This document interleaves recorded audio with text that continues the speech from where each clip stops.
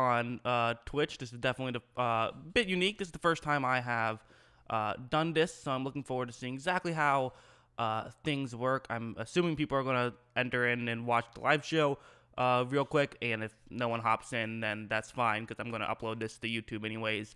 But yeah, my thought was that I could just use this, and this could be a unique way to sort of watch some film on here. As you see, I have this set up, so I'm looking forward to just getting down to some film.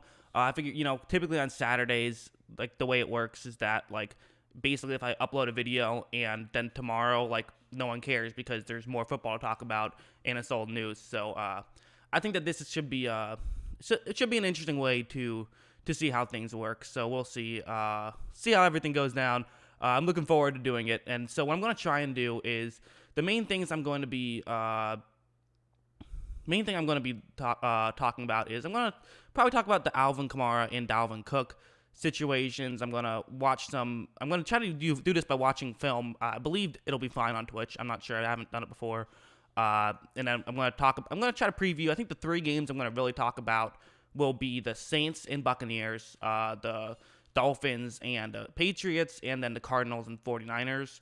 I'm going to be actually talking about specifics in those games, so that's how I plan on doing this. I think it should be fun. Let me know in the chat. Again, I'm not sure exactly how the chat works, but I'm going to try and figure this out as well. So, again, kind of a work in progress, but I think it should be fun. And I guess I'll just get into the film study, and we'll see how this goes. Let's start things off with, let's talk about the Buccaneers versus the Saints. Here, 1 second. Got to get some water. I'm definitely not used to how this works. Okay, there we go. Again, I'm used to the podcast where I can talk to throw it over to Kyle, get a drink, and then he can do that. He can talk, I can drink. But yeah, let's start off with the Buccaneers versus the Saints. As you see, that's the one team I'm following, Buccaneers. I'm a big Buccaneers fan. And let's just look at what went really wrong for Mike Evans last year. Like, if we look at Mike Evans' stats,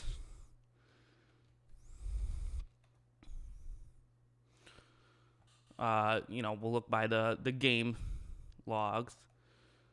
And, you look at the 2 times he played the Saints. First time, he had 3 targets, no receptions. Second time, a better game, 8 targets, 4 receptions. Obviously, the biggest news about this game is, Tom Brady. But I think that there's a lot of intrigue in terms of how well Evans is going to play against the Saints. It's worth mentioning Evans might not even play against the Saints. He's questionable. But I actually think that there's a very interesting dynamic between him versus Lattimore. And I think that there's actually a lot more than just meets the eye. So that's why I want to talk about this. I think it could be very interesting. So I'll just get into again, going to be kind of unique here. Can sort of watch it in real time. You'll probably see me make some mistakes and see how long it takes me to figure out what certain coverages are. The pre-recorded stuff, it makes things a lot easier. But yeah, we can just get into the sort of the film study and see how things work real quick. So yeah, here I'll go back here. And there we go. So Mike Evans is on the bottom section right there. And this is not really worth noting too much because Winston is going to throw it just over the middle. Evans, you could argue he was open, but not really because, it's essentially a double team. So that's one of those you don't really pay much attention to. Just move on. This one. Ooh, look at that route by Mike Evans. Okay, let's watch this again.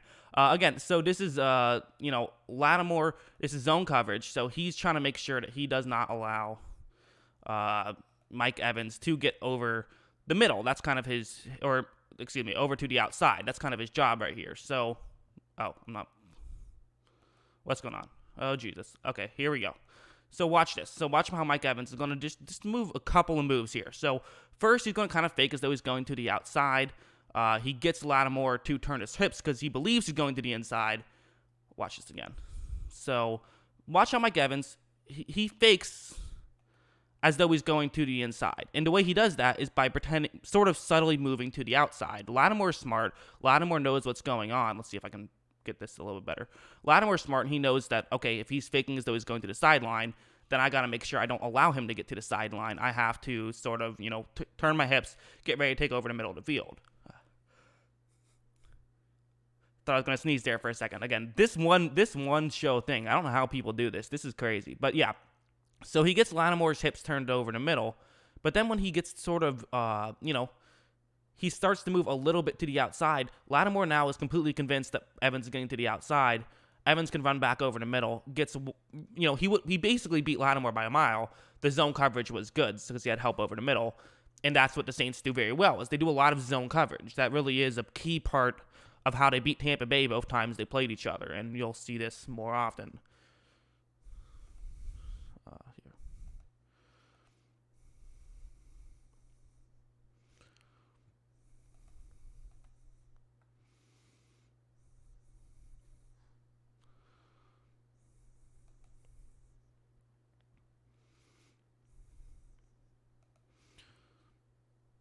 Okay, so I was doing something in the background, but that was just a running play. Nothing too much to talk about there. Now we can...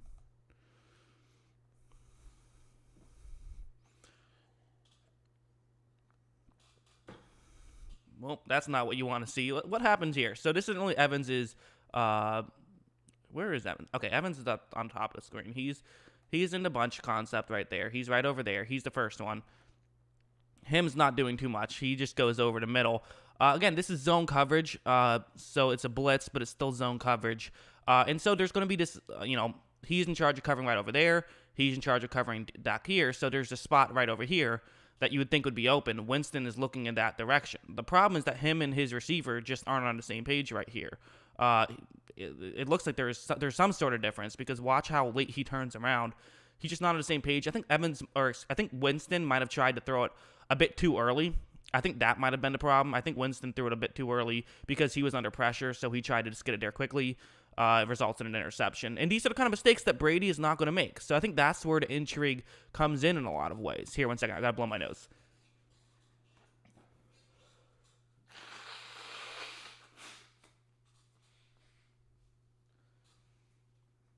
I swear it's not the Rona. I blow my nose a lot. This is, again, maybe some slight problems of what will happen on Twitch. But yeah, so I think that this is a very interesting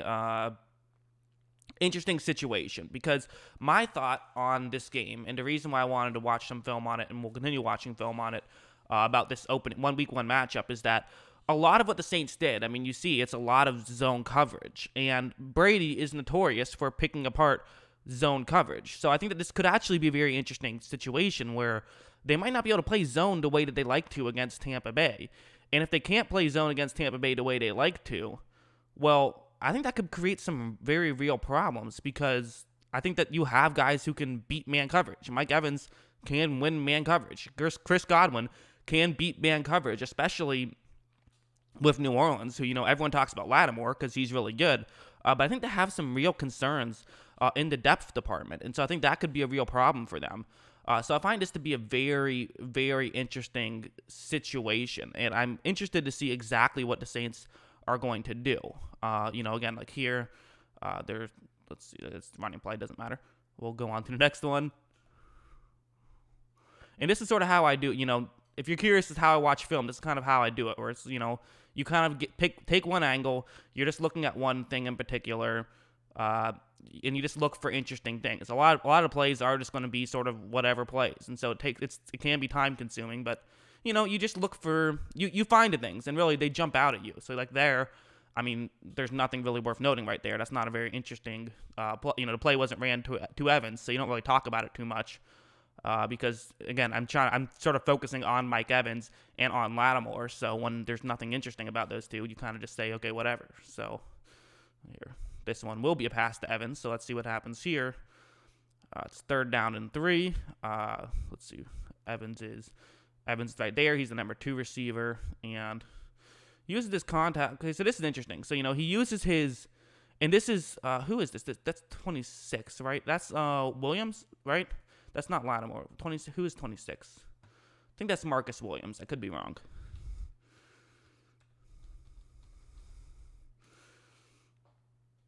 Marcus Williams is 43. What am I thinking? Who's 26 for the Saints? Let's try this. PJ Williams. That's why I got the Williamses confused. There we go. I thought it was, yeah, that makes sense. So PJ Williams here which is interesting because you would think Mike Evans does a very good job of, getting that contact off the line, getting that separation off the line. That's what he's really good at. Trying to figure out exactly what happened here. This angle will give us a better look. Looked like P.J. Williams might have just gotten his hand in there, knocked it out. Just a good play by P.J. Williams. Again, not really worth noting too much, but, that's the kind of thing that Evans can do is get that separation. But, sometimes you can make a good play, knock the ball away, which is what happened there. So let's go on to the next drive where we're going to see a sack and then a Chris Godwin touchdown. So let's look at this. So this is going to be, again, you see the zone coverage, two safeties deep, linebacker's going to go back. It's kind of like a Tampa 2 situation, basically. And so that's the way it's going to work. They're going to try to run some zone busters, but they don't really do a great job at this, I have to be honest. Because Evans is running, watch Evans' route. He's running a route, kind of get into a gap in coverage. But the problem is that the Saints are just too good. You just can't do this against the Saints. You have to run more zone busters. You have to have, you want another receiver, ideally. You'd want another receiver there who's going to run shallow, which then gives a bigger window for Winston to make a throw, and it will be Brady in the next game. That's what you want. You don't want to just – the Saints are too good. Their zone defense is just too good, and you can't just sort of expect to get those holes because, again, they play as one. They really know what they're doing, and there's just no one open. Maybe Winston could have taken a check down, but even that, it doesn't look like it's going to be much. You'll gain a few yards, but nothing crazy. So – those are just tough to do, and that's why I think that, that's why Brady could be really helpful. I think he would probably say, notice these things in real time and say, hey, we got to run zone busters. We can't just keep doing this. So let's see what happens here. Touchdown to Chris Godwin. Let's see what happens.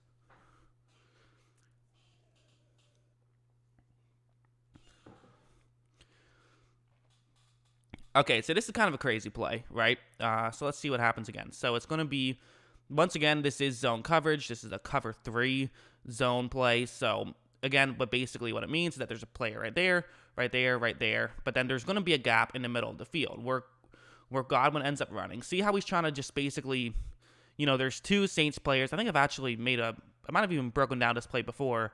But, there's two New Orleans players right there. Basically, what you typically like to do is sort of have Godwin be right there. Winston throws it to him. He can make the catch because, he would be in between them. The problem is that the Saints are just really good at zone coverage. They're really good at clogging up these lanes. So watch how there really isn't an opening there. He moves down. But Godwin keeps running, and this is important. The reason why it's important is because you see that there's, a Tampa Bay player and a New Orleans player right over there. So you can't get completely over. Again, this is kind of like the zone buster thing. It's not intentional, but kind of works out this way. So over here, there is going to be an opening. So when Godwin is able to get over there, there's finally an opening, and Winston even scrambled. You notice him. There was pressure, but he was able to run forward and make an easier angle for himself. Gets to Godwin. Godwin runs into a touchdown. That's a good play by Godwin. And that's another thing, where Godwin is really good against zone coverage. That's what people talk about a lot. And so I think that with Brady, with Godwin, this could be a very, very interesting game. And I think that this won't be as much of a dominating game as maybe people think it could be. The Winston experience is definitely not great against this New Orleans Saints team. I don't think there's any denying that. Let's see. We'll go on to, let's move on to the next one. Next drive. I think we can just do this. We can watch at least one of these games, maybe even both of them, sort of talk about this. I don't know. At a certain point, I might sort of run out of things to say, and we can move on to something else. But yeah, I mean, this is going to be a screen pass. This screen pass works out pretty well. Again, zone coverage. You sort of know what they're doing. The Saints aren't hiding too much of what they're doing. So you send a couple players out, a couple offensive linemen out to lead block. You can get a first down just like that. That's not a terrible move. And, with a guy like Fournette, who's a good pass-catching back, you have Vaughn. That could be something you could really see them do, is sort of screen plays like that. I mean, it works right there. You have to think that can at least, hopefully get them off of their game, if nothing else.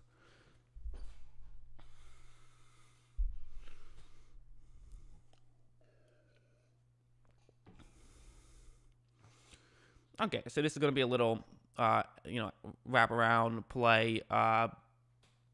Again, not really too interested in that. Again, kind of talking about the mostly talking about the Evans-Lattimore thing. This is, again, another running play.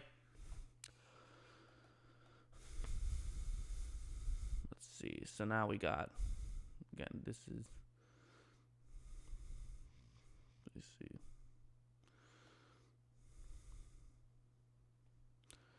Well, this is a little interesting. I mean, you have, looks like that's Scotty Miller running over the middle. He's taking away to safety. You also see Lattimore. He gives up Evans at a certain point, but, Evans could have been open right there. That's the kind of thing where it's like, it doesn't matter, obviously, because Winston ended up getting sacked. Those plays take a long time to develop, and I'm not even sure if that's what they were trying to do. But, that's something that when you watch this little thing on tape, maybe you say, hey, we can try stuff like that. I wouldn't be surprised to see them try stuff like that. Try zone busters deep down the field. You have a new young right tackle who could be very good. I think it would make sense to do so. Let's see. What's this? Another little screen pass type play. Again, you get your 3 players to run out and block those 3. So now, that New Orleans player does do a pretty good job of running in. But at that point, you only have to make one guy miss an open space. That's not that difficult to do to pick up solid yards. Now, this was a 3rd down and 15, so, of course you're going to gain some yards. But it's worth noting, I think, that, the screen passes kind of work. Definitely something you can look for in the next game. And of course, that every coach is noticing stuff like this. I mean, this is just what I do is always very surface level, I feel like. It's never, craziness. It's just very, very surface level, very, I have a basic understanding of how these things work, and I just like to talk about them. And I think it's interesting what you can find, even if you're not like a super expert at football. So yeah, we'll move on to the next one.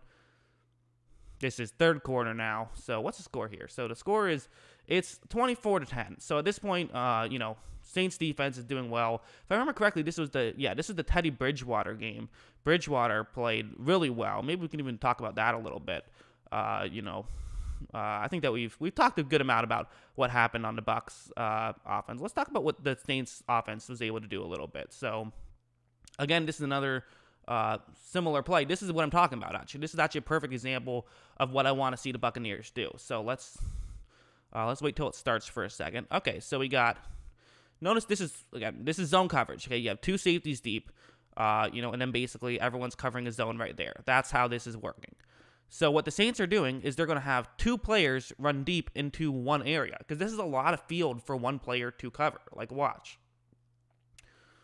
how, he cuts short, but now he's just going to keep running deep. That's what the plan is going to be right here. So now look at how open he gets. I mean, that's just really good, I think, scheme, and it's something that I would definitely expect Tampa Bay to do a lot against the Saints, because, clearly it can work right here. I know the Saints secondary was definitely way better than Tampa Bay's secondary in this game.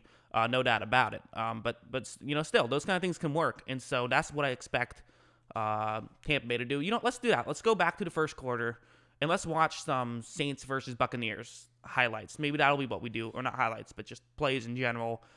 See what's interesting. I'm going to focus on secondaries and wide receivers. I'm not really going to get too into the running game just yet. I think it's easier to just do one or the other, and so that's what I'm going to do.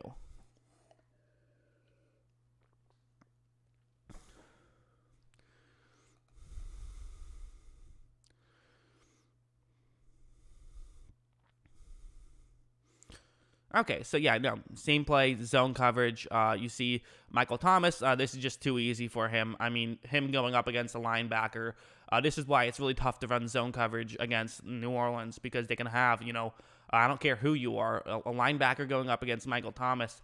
That's just not a good situation. And I mean, that's Levante David right there. Okay, so fantastic linebacker, one of the best in the league. But it doesn't matter. I mean, he's just too quick. He can cut too well, especially in those early routes.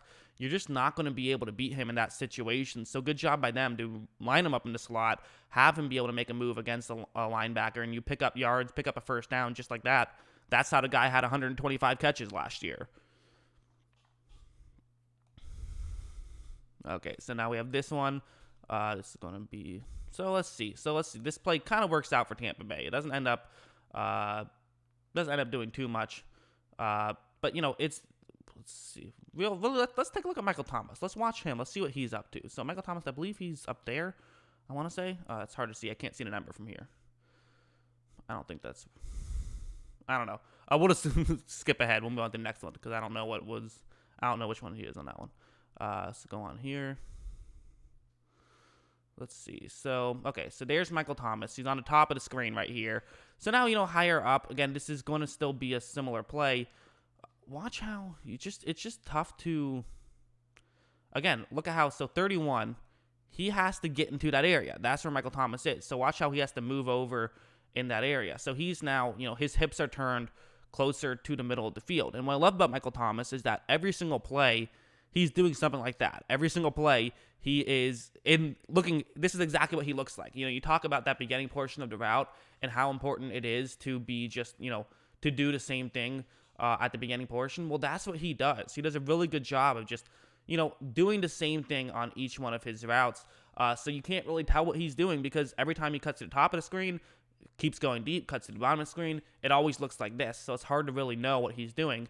So then when he cuts down, I mean, he is able to get open.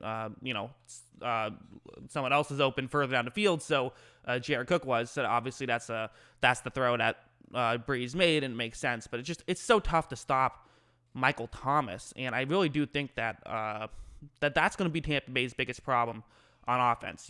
As much as we can sit here and say Tampa Bay does have ways to attack the Saints defense, I think that it's really the biggest way Tampa Bay could win this game is if they can find a way to stop Michael Thomas, because I actually think that they can do a pretty good job of stopping the run, and I think both these teams could actually do a pretty good job of stopping the run, which is why I'm focusing more on the passing game. I think that the passing game is really going to come down to that, I think, and so let's go to the second game now, why don't we? So the second game was in week 11. This was another pretty handedly won Saints game, but it wasn't a complete blowout. So let's go to here. Let's see how this works. You notice they I don't know why they have this changed. It's very weird for me, but yeah.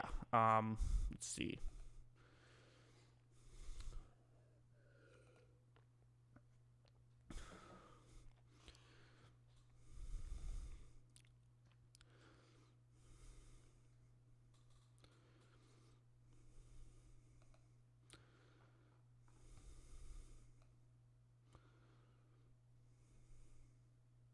Okay, so, yep, here we go. Let's just go back to, I'm focused more on the Tampa Bay offense versus the Saints defense. Let's stick with that, I think. But yeah, let's stick with that, and then we can get a little bit. Oops, then we can we get a little bit over. So yeah. Okay, so running play. I can talk about the running game too in a bit. I don't know. I might do that. I might not. But I want to just talk about the secondary and the passing game for a bit, and then we'll go from there. So yeah. So this was a wild play. Look at what happens here. So there's that one-on-one matchup. There's contact before the line of scrimmage, so not a penalty. Looked like, I don't know what Winston was doing here. He's under pressure. I don't know why he throws this ball. This makes zero sense. I'm not sure how you think that right here that he's open in any way ends up hitting the defensive or the linebacker's back. That's a wild one. I don't know what you're thinking there. I mean, maybe you just want to get rid of the ball, but if you're trying to get rid of the ball, you can't throw it up like that. Again, that's what we talked about. The Tom Brady versus Jameis Winston thing. Jameis Winston is not Tom Brady. He makes a lot of dumb mistakes. I actually think that maybe his dumb mistakes are a bit overrated. I do think that he makes some errors, but I think that his biggest problem tends to be his accuracy. But at the same time, I do think that he clearly he makes some boneheaded decisions as well.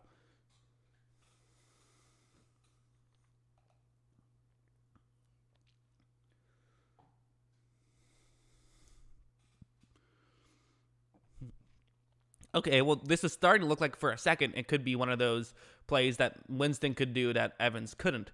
So it's a huge disguise right here. It's hard to know exactly what's going to happen at the line of scrimmage. In fact, it's impossible to know. I mean, you see that there's 1, 2, 3, 4, 5, 6. 6 guys who could potentially be rushing the passer. So this, for all Winston knows, this could be cover 0. This could be one-on-one matchups. Everyone else is going at it. Now, it seems unlikely. The reason why it's unlikely is because, you look at, there's 3 Tampa Bay players right there. The next closest New Orleans player, if all 6 rush the passer, would be the safety deep. You're probably not going to take that chance. So it seems unlikely that that's what they're going to do. You can probably expect a 5-man rush, maybe a 4-man rush, and you're going to get the 5, but not even in the way that you expect, because one of them was that defensive back who I didn't even count as one of the guys who could rush the passer. So, little deception right here, trying to get Winston fooled here, trying to get him off his game. But Winston does a good job of, realizing that he has a situation where he can run through there. The halfback's running over to block 22. Winston realizes this, so he's able to make a move and get to the outside. You also look at Evans right here. I believe that's Evans, right? Let's see. Yeah. You have Evans right here. He reads this play. He realizes if he gets closer to the sideline over here, he could get open. Now, he could get open over here too, but that's just a tough throw for Winston to make across the body, and you don't want to make that throw because then that Saints player could just cut over. He could get an interception, and then, it's a dangerous play to make. So for Evans, he's thinking, okay, let me just scramble drill right here, run closer to the bottom of the screen. It makes some sense. It's not a bad play. And Winston makes the throw, and he just, I think he was hit as he was thrown, and on the run. It just was nowhere close. Tough throw anyways, but yeah, I mean, that's just kind of, that's what a little bit of what Tampa Bay could do last year that they won't be able to do this year. I think, obviously, the good of Tom Brady will outweigh the bad, but I think that's worth mentioning.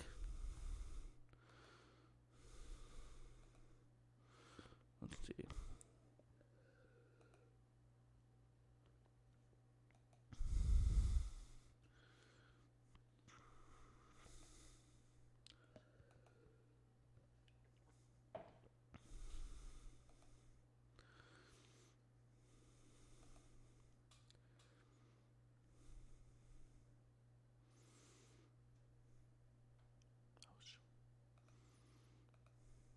Okay.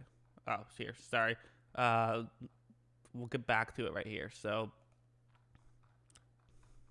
I was just checking something else for a second. I thought I still had it on the film. Like, it didn't.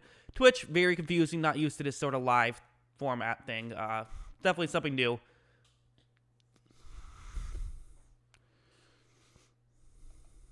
So here we go. So.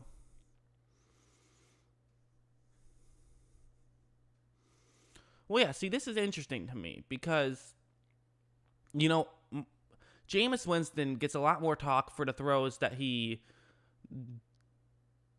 does make as opposed to doesn't. He typically is the kind of guy who he gets criticism for making bad throws instead of good throws. This actually was an interesting situation because he threw an interception for playing cautious. You look at this. So this is Mike Evans right there, and this is going to be cover 3 zone, So you see that there's this gap right here because he's covering over this area, he's covering this area, he's covering this area. Those guys are all kind of covering right on the line. So right over here, there is this gap, and that's where Evans is running. He runs over here. That's where he's at.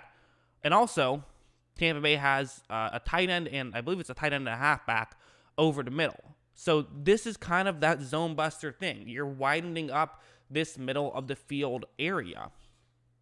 So Winston could try and throw in that area if he wants to. He's going to play it safe, though. And I think part of this is because he remembered from last time that the Saints are able to move this zone coverage very well. So he's going to play it safe instead and just try to hit O.J. Howard over the middle.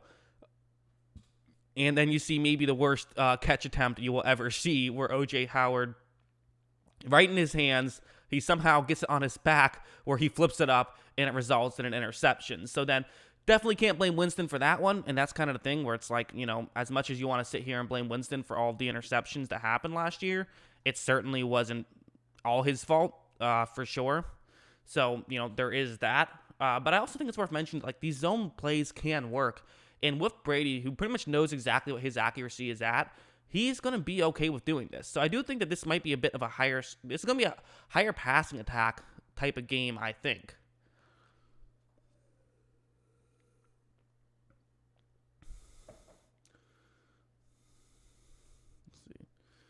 Also worth noting, you see Williams has been on Evans for a good portion of this game, or of these past 2 games. So it's not just quite as simple as, Lattimore got all the credit, but it really was a group effort by the Saints to sort of, hold him in check, I think. So this is interesting. So here, one second. Let me blow my nose again, then I'll break down this play.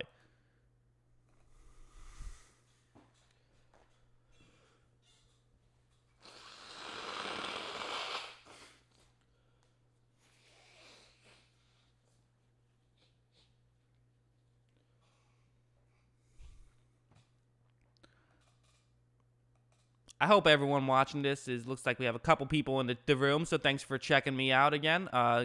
You can also, just so you know, I will have this uploaded on my YouTube channel as well. So I hope everyone who watches it then is enjoying this. My first time trying to do a Twitch stream like this. It's a work in progress, but I think I'm having fun with it. And so yeah, let me just let's go back to this play. What I wanted to talk about. So you're gonna see. Watch this. So again, this is zone coverage. You have, I believe that's Godwin, right? Godwin, yeah. You have Godwin, who's running a route to get to the, is that Godwin? No, that's Perriman. So you have Rashad Perriman, who's, he's appearing to be open right here. I mean, this is a good move. He's cutting to the outside. There is a gap in coverage. But again, you look at, who is that New Orleans player who's making this play? That's 25. Who's 25? Is that? Wait, who's 25? Well, sorry. 25. Let's try this. This isn't helpful. It's also possible that he's changed his number in the past year, so this could be tough. 25. Not people that are age 25. Jesus. Okay, this is not going over too well. My point. I'm trying to give someone some credit. Come on, Hall. I don't think that's who it was. Well, whoever it was, I'm not sure. But he made a great play on this one. Let's see, where am I? Oh, here we go. Made a great play on this one where he was able to just make a good break on it. He realized the situation and broke in on it, which is, again, that's just the kind of thing where, depending on who the Saints have, they just do a good job of making these reads, and they're really well coached, and they know when to break in and make these plays. So it's going to be very difficult for Tampa Bay to really capitalize too much. But again, they have Tom Brady, someone who is notoriously great against zone. So I think that's going to be very interesting. I think that you probably will see a bit less zone. I can work towards wrapping up the Buccaneers Saints preview. I do expect that you're going to see a little bit less zone. That's my prediction. That's what I think is going to happen. I do think that they're very good in zone. I think that's where they should stay. And I think that this is, again, I predicted the Saints to win. I think it could be close. It's definitely a coin flip type of game. Any team could win. I think the Saints probably will win. Hope the Bucs win. I think the Saints are just a really good team. And again, I think that they have that sort of X factor where they just have Michael Thomas, who I just think that he's so difficult to stop. And I don't know if Tampa Bay really has a way to stop him. Whereas even though I think Tampa Bay has far more weapons, I think that there are ways to stop those weapons. I think it's a lot more difficult just to stop Mike Evans. So that's kind of my thought process on this. And so yeah, let's move on a bit. So I talked about that. We have the Stephon Gilmore, Devontae Parker, and then also I want to talk about the Cardinals 49ers. So those are the two I want to talk about. I might touch on the Alvin Kamara, Dalvin Cook contracts too. I don't know. We'll see if I have time. But let's do Gilmore and Parker next. I really want to just break down the 2017 game. I made a video on this, but I think it could be cool to just talk about this in sort of a long-form context. I think this could be a good idea. So here, let me try this. Here, give me 1 second. Just got to find a thing. Here we go.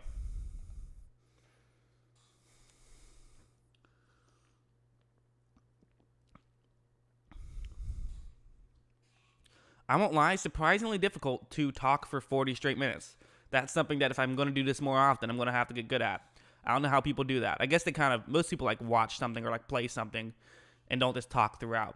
Not very easy to do. Definitely not. Those podcasters who only, podcast by themselves, that's pretty impressive they can do that because not easy to do.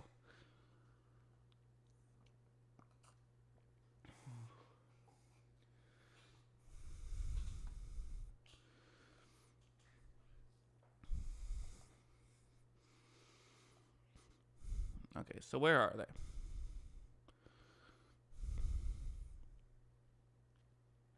Is Parker? Let's see. This is also always started part of the trouble. So I know Gilmore's at the top of this game. I'm just trying to figure out if that's Parker who he's on. I believe so. Parker's 11, right? I can't see his number, though.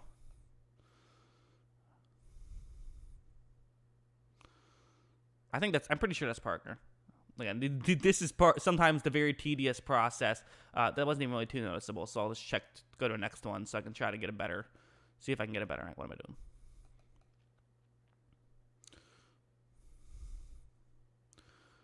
Okay, well, that's Parker. So, okay, so this is an interesting one where this is man coverage. New England loves to play man. So what the Dolphins are going to do is, 54 is dropping back into coverage. Watch here. I'll pause it right after it starts. So you see that he's dropping back into coverage right here, and then it's just 1, 2, 3, 4, 5. That's the play for the Patriots. Very simple, very basic. They just trust that they're better than you are. That's their mindset. And watch how he just cuts in very early, and even though another Patriots players dropped back, so he was kind of trying to fool him there. Not a bad play whatsoever. Could have very much resulted in a pick had things broken down differently, but the throw was a good throw. They pick up some yards just like that. That's not on Gilmore. That's not noticeable for Gilmore or Parker, I guess, but, kind of interesting to talk about. We'll go to the next one. It's obviously very good if you can get some yards, though, without using your number one receiver. So, let's see. Okay.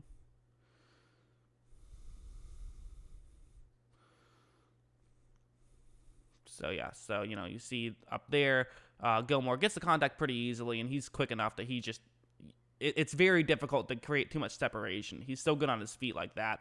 It's really incredible how he can create such little separation on plays like that. And so, yeah. So, well, I mean, this is not a Gilmore play. He did run a setup route to some degree. He just Parker, excuse me, not Gilmore. Parker did run a setup route to some degree. He just ran deep, which caused caused a little opening right there. Miami player was able to get through and get open. So, good job by him there. Not really that difficult to do, but doing something.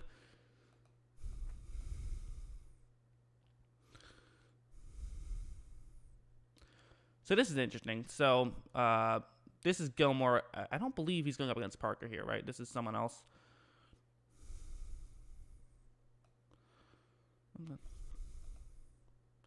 Oh, I think that is Parker.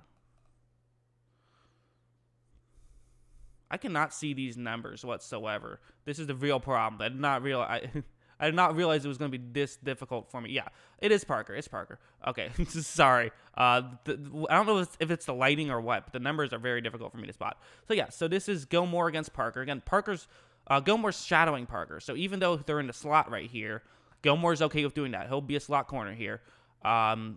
So Parker's going to run a route to get over the middle, and Gilmore not afraid to give up that route. So you see what's happening is that the way that this play works is that it's a cover one play, one safety deep. It's a robber, which means the other safety he's covering right over the middle of the field. And the reason why it's called a robber is because you might think like, oh, hey, Parker is open, but then the safety comes in, he intercepts it, or, he robs it. But what the Patriots are very comfortable with doing is, Gilmore, he sees the routes going over there, so instead of him trying to continue to fight through it, he's just going to pass it off to his teammate, and now Gilmore takes over the middle of the field. New England's very good at doing this. They almost never screw up the communication on this. I don't think I even saw them do it once. They're very good at it. I'm sure they probably have, but they're very good at doing stuff like that, and that's a huge reason why they can be so difficult to throw against, is because they're just smart players. This is going to be the worst play of Gilmore's career, probably. So here's what's going to happen. I remember this play very well. So here, I'll pause it right when it's about to start. So you got one-on-one matchups, right? One-on-one matchups across the board, and that's just it. It's just there's no help. It's all one-on-one. What Miami is doing is Parker is running a deep route. They have another receiver running a route that's going to just quickly get to the outside. And this is something you do very frequently, where, you have Parker, again, I kind of showed it earlier, where Parker runs deep, he gets Gilmore out of the way, and now that guy, he just runs to the outside, he gets open, he makes a catch, you gain 7 yards or whatever. It's a solid play.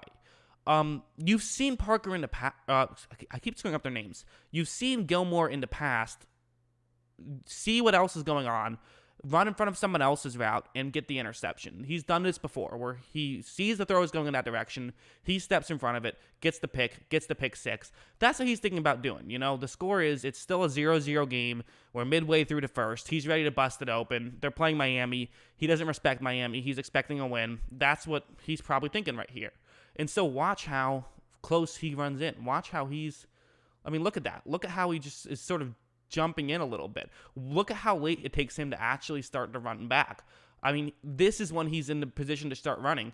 He's only 2 yards past Parker at this point. This basically just turned it into press coverage because of how long he waited. Not to mention the fact that Parker has a running start now because Gilmore was thinking about trying to get a pick six when he should have just been focused on covering a really good receiver in Parker. And Parker's able to just outrun him, and it's a good throw from Fitzpatrick, and they get the catch. That's just kind of inexcusable by the guy who won Defensive Player of the Year, and it was really, this game was the main reason I felt like he didn't deserve it.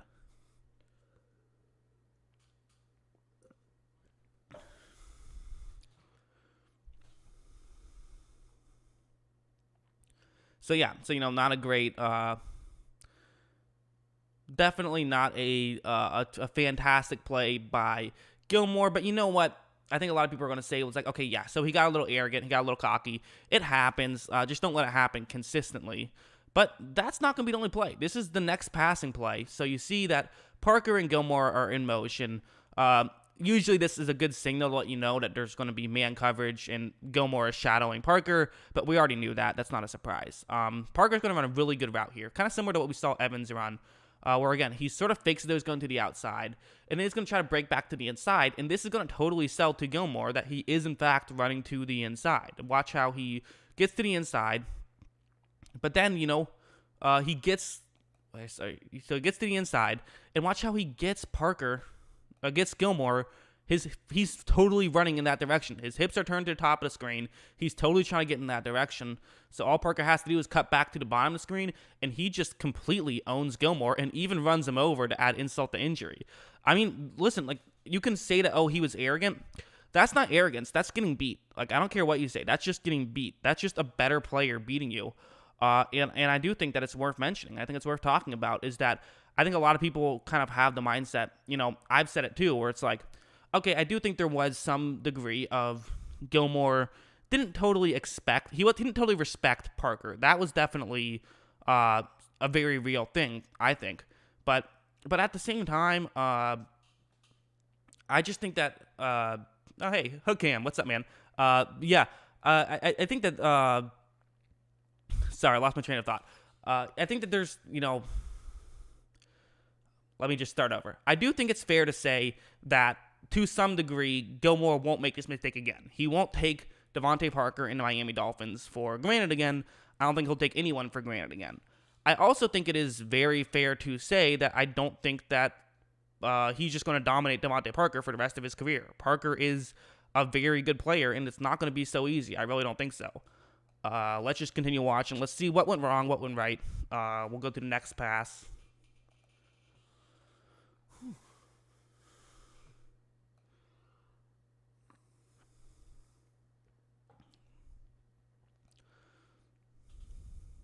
Okay, so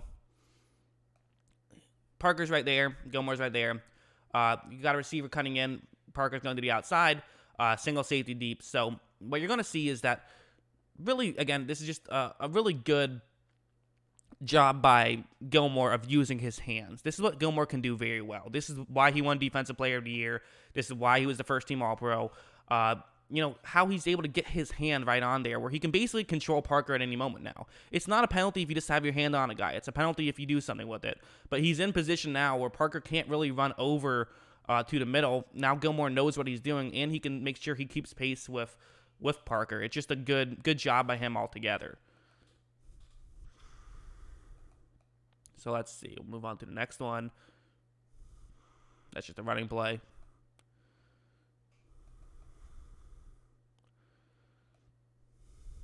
Okay, so let's see.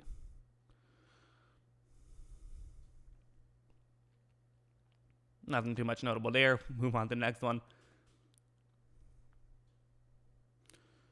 Running play. And also, it should be mentioned, too, that, the thing about Gilmore is even though Parker had such a good game against him, you got to also just bring up the fact that with Gilmore, he's such a threat that you just don't want to try it. You know what I mean? Like, you don't want to take that risk. You don't want to make a mistake, have Gilmore get the interception, return it for a touchdown. Like, it's a real thing that can happen, and you definitely want to make sure that you don't take a risk like that. So, even though I do think that's fair to say that Parker had a really good game, I also think it's fair to say that even no matter how good of a game you're having against Gilmore, you're not going to get too many targets. Like, watch. Okay, so here's the next one. Right up there. Parker's running over the middle. Does a pretty good job of trying to just get off the line quickly. Makes a quick move on him. But again, Gilmore's so good. Watch how Gilmore is totally okay. One of the things I love about Gilmore, too, watch how he's totally okay. So he's looking over the middle, but now he's going to turn his head back. He doesn't have his head facing the quarterback, and he's totally okay with that. He's very comfortable with losing that eye contact with the quarterback because he knows he can get it back, and he knows it's way more important to not lose sight of your receiver. So he just trusts himself. Sort of like how, how like in baseball, they say you're supposed to just, you don't follow the ball the whole time. You look at the ball, see about where it's going, you run to a spot, and then look up again, find the ball again, and make the catch. So that's kind of what he does to some degree, where he looks at the quarterback, now realizes, okay, I got to look at Parker, got to stay pace of him, but now the throw could be coming. He looks back at the quarterback, because if there is a throw coming, he wants to be able to make a play or maybe even get the interception. That's part of how his ball skills are so great.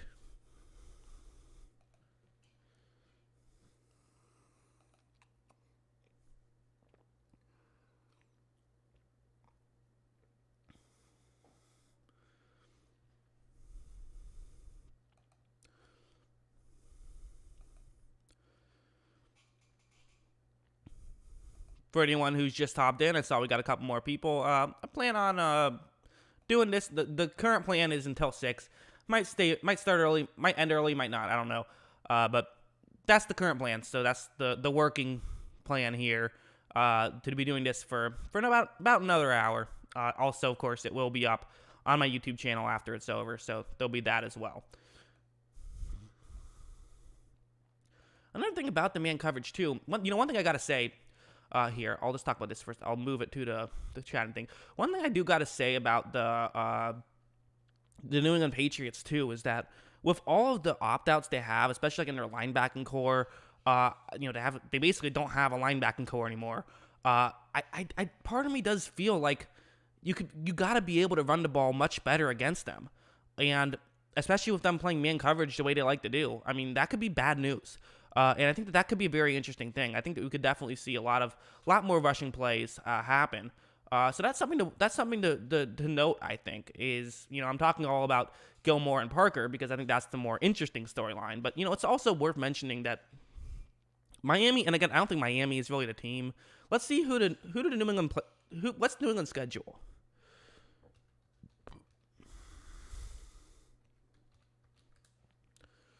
So their schedule is obviously to play Miami. To play Seattle, that could be an interesting one. Chris Carson on Sunday Night Football. We could see the Raiders. That would be a very interesting one. I'm interested to see how they stop the run those two games. That might be a real tell for how far they can go this entire season. I think those two games could be. Of course, the Patriots tend to get better as the season goes along as well. So maybe not, but. That could be a very interesting thing to talk about as well. But let's just get back to Gilmore here. Oh, wait. Am I still on? Yeah, I'm still on this. Almost started watching film without you guys. Okay, back. Here we go. Yeah. Okay, so we'll get back to this. Okay, just, again, another running play.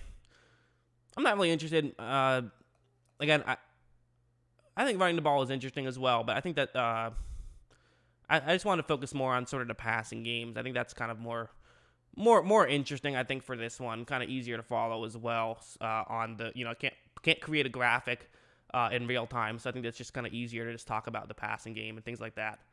So this is interesting. This is one of the few times that Parker was targeted and didn't make the catch. Actually, let's check that out. How many times was he targeted and didn't make the catch? Jesus, I am terrible at spelling. And why didn't I write Devontae Parker? Oh my God.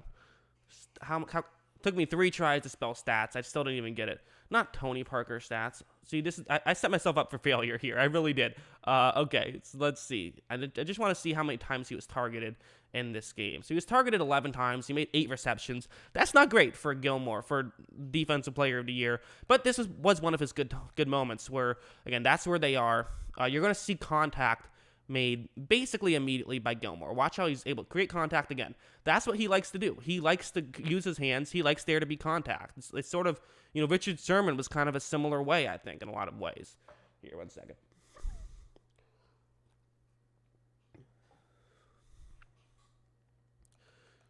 So again, he uses the contact. There's not a ton of separation. Fitzpatrick's throwing it there anyways. You know why? Because that's what Fitzpatrick does. He just loves to throw the ball deep. Likes to take chances. Which kind of goes against my theory of no matter how good of a game against Parker you're going to have, or against Gilmore you're going to have, you still might not throw it there. Clearly, that's not entirely true. But usually Parker is very good at these jump balls. But again, watch how Gilmore kind of just stops and forces Parker to run into him. Again, that's not a penalty because Parker is the one who gets to his spot first. It's sort of like basketball where, he's getting to his spot. He's not allowing Parker to run over him. And Parker basically has to just jump over him, which is just very difficult to do. And also Gilmore's right there and can knock the ball away. And again, that's actually kind of the opposite of him being arrogant and him being cocky, because he's not going for an interception there, where I think against a lot of other guys he would. So it seems like pretty early on he did realize, this is early second quarter. This is 11 minutes left in the second quarter. And he's kind of early on said, I'm not going to be taking too many chances here. Just make the play. I don't have to worry about getting interceptions here. Good play by him. We'll see that. I'll show this one just because it's fun. Tom Brady throwing an interception because Julian Edelman ran a wrong route. It's less fun now that Tom Brady's my quarterback, but, interesting play. Okay, we can move on. That was a huge play in that game because now you're looking at it, and what's the score here? So now it is 10-0 Miami. So, this is a big situation for the New England Patriots. They have a long drive. It ends in a field goal, so now it's 10-3. And on this play, it'll be a pass to, pass to Parker.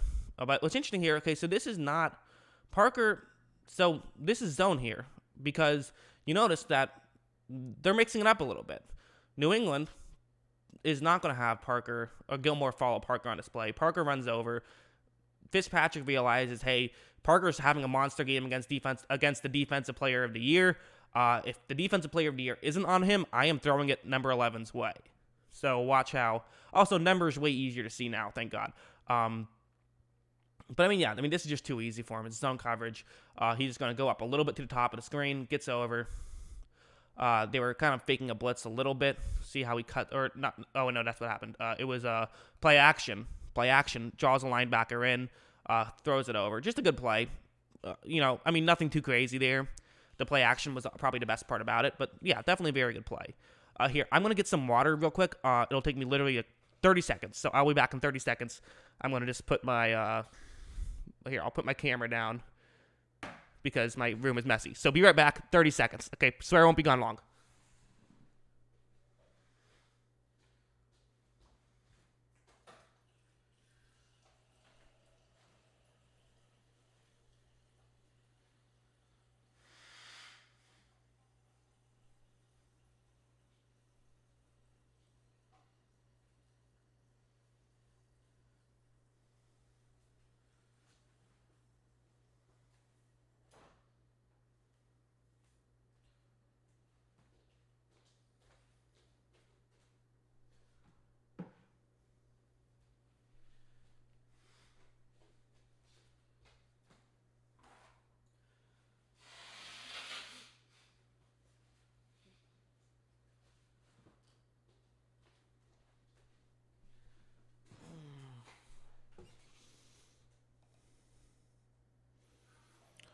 Okay, I'm back. Thanks for not leaving. Uh, unless you did leave, then in which case, how dare you? No. Yeah. Thanks for coming. Here we go. Thanks for staying around. About halfway through this, it's been an interesting time. Looking forward to seeing exactly how the overall, how people really view it. I'm assuming I'm gonna get more views on YouTube. But a few people have been hanging around here. I'm not really sure. I don't use Twitch a lot. I don't know if this is like disappointing or like impressive or whatever. I don't know. So, but yeah, I don't really care. I mean, I'm not making money on this. I'm just having fun of it. Oh wait, how did I get back here? What happened? Somehow I screwed something up here. 1 second. Yeah, okay, there we go. So now we're back. I somehow hit the wrong thing. Okay, I don't know what happened there. Here we go.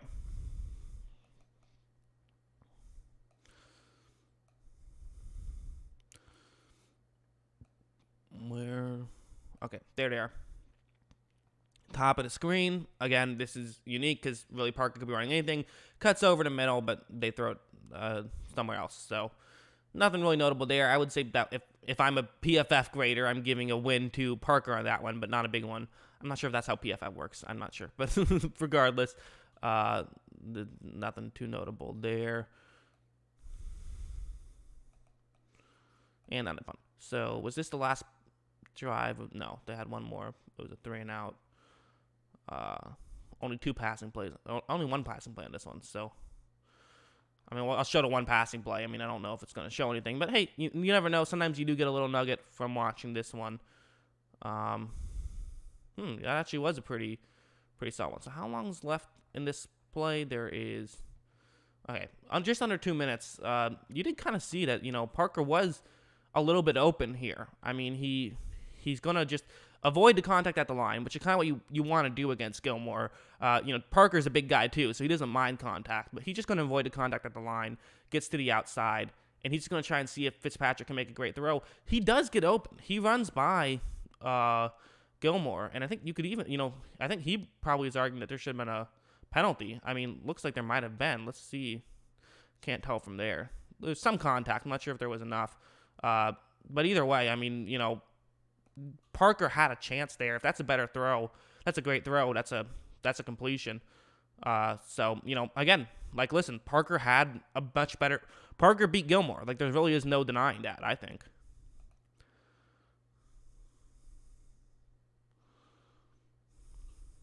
I appreciate that in the comments. Mango Moose. Mango Moose? Yeah. Definitely very nice. I appreciate it. Yeah, just trying something new. This is having a good time. Glad some people can sit here and just watch tape. Why not? I mean, it's Saturday. Not much else to do. Okay, again. So this is zone. This isn't man. So it's a little bit more difficult to totally blame Gilmore. Gilmore is obviously a much better man corner than he is in zone. Much more valuable. But, so it's zone. So Gilmore is in charge of covering the flat right here. So his zone, what Gilmore's in charge of covering, is sort of it's almost like section, basically like that. Anywhere in that area, that's kind of where he's supposed to cover. They say 5 to 15 yards down the field if you're covering this area. It's kind of really not that specific. Usually what I like to say is sort of just a few yards down the field and then to wherever the safety is. That's kind of the, it's very fluid. There's no specific rules. It's all very fluid, and different systems might ask for different things. You're going to see that Parker, he's just going to make a quick cut because Gilmore, again, you're giving up those first few yards, and Parker's going to take advantage of that. Quick cut over the middle. Fitzpatrick hits him right away, and then he's able to fall forward. Sometimes you'll see Gilmore be able to knock the ball out in these situations, He's close enough, but Parker just got far enough away that Gilmore wasn't really able to hit Parker's hands. He was able to really grab his waist area, which is why it was a completion. If he was a little bit higher up, he could have hit the hand out, and that could have resulted, in an incomplete pass. Okay, another running play.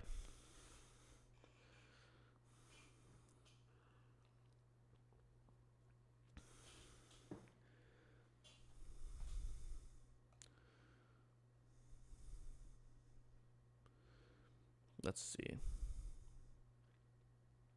The nice thing about Gilmore is he has the dreadlocks, make it easy to tell where he is on the field. Definitely helps things out. Not too notable in that one. Okay, so there they are, top of the screen. Let's see what happens here. I'm not even sure if that was Parker against him. Either way. Just ran right into him. His route wasn't really that important on that one. Oh, we have some trickery. This is fun. I love plays like that. Why not? Just have fun with it, especially if you're a team like the Dolphins were last year, where it's like you're not going to the Super Bowl. Just get a little creative, see what works. Why not? What do you have to lose?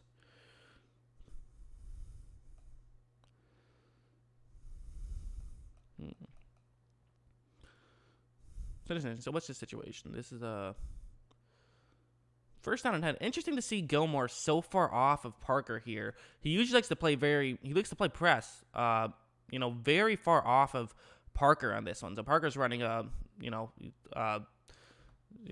to fake a slant, then he's going to go. That's the move here. But, Gilmore totally on it the whole time. Not afraid of a slant, not afraid of a go. That was never going to work. Again, when Gilmore gives space, he can be great. There's a penalty on that one.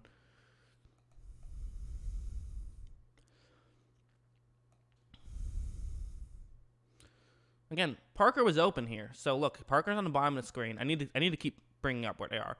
Parker's on the bottom of the screen. He runs in a little bit, gets to the inside, and he's open. When Gilmore plays press and doesn't create contact at the line, it's just not working. And that's something that he's going to have to really focus on Sunday, tomorrow, is he's going to have to make sure that if he's playing press coverage against Gilmore, he has to create contact at the line, because he didn't really do that too much. Let's see. Or he didn't do it enough. He did a good amount, but when he didn't, and when he was playing press, it just was not working out too well for him. See, again, this is contact. And the reality is, for Gilmore, you have the luxury of knowing that, you're a great player, so they're probably not going to call things on you as often as they'll call things on other players. So, he creates some contact. Again, it's not a penalty, but, they'll call it on some of these lesser-known guys. They're not going to call it on Gilmore. So yeah, you see him sort of get over, makes the play. Just a good awareness play, I think, more than anything. Also, one thing I like about this as well is that notice how, he's not facing the middle of the field right here. He's facing up. But Fitzpatrick, who was just about to get rid of the ball, when he gets rid of the ball, Gilmore instantly notices that that's what's happening. He turns around and he's able to help make this tackle. And honestly, that might be a touchdown if he doesn't do that. So how does he notice that? Well, he hears. He listens.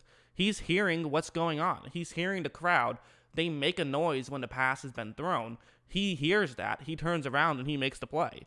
Just a good job by him, really. And that's one thing that maybe will go away with no crowds. Is little things like that. I remember Peyton Manning used to talk about how he would sometimes know when pressure is coming by hearing the crowd sort of make a little noise, because there's usually a little noise when pressure is coming.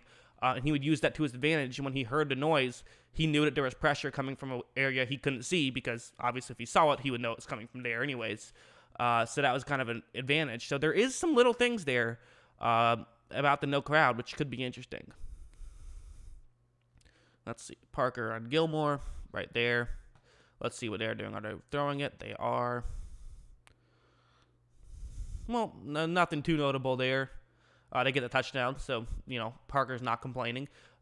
Looks like Gilmore just sort of forced, Parker's trying to get, actually looked like Parker was just running a setup route here. He was just, it's basically just a pick play. Parker's trying to create some traffic in the middle, get him open. Didn't work out too well, but didn't matter. Fitzpatrick, with the man coverage, was able to just run forward and pick up the touchdown. That's all you have to, that's a great thing to do with a quarterback. Fitzpatrick, underrated runner, and he did a really good job of, noticing it. So yeah. We'll move on to, someone said, I saw someone in the chat saying, I'm sorry I'm late, what did I miss? We talked about the Packers, or not the Packers, the Buccaneers Saints game a little bit. We're now talking about the Gilmore versus Parker. We're kind of breaking down this matchup, seeing what Gilmore will probably have to do differently. We're currently in about the late third quarter of this game. We're just talking about just talking about that, really. So, okay, what did I do wrong here? Okay. Sometimes this thing is, I love NFL Game Pass. It's fantastic. Every now and then there is some weird stuff will happen where like I'll pick one play and then all of a sudden it'll be like a completely wrong play and stuff like that. It can get kind of annoying, but at the end of the day, I shouldn't really complain too much.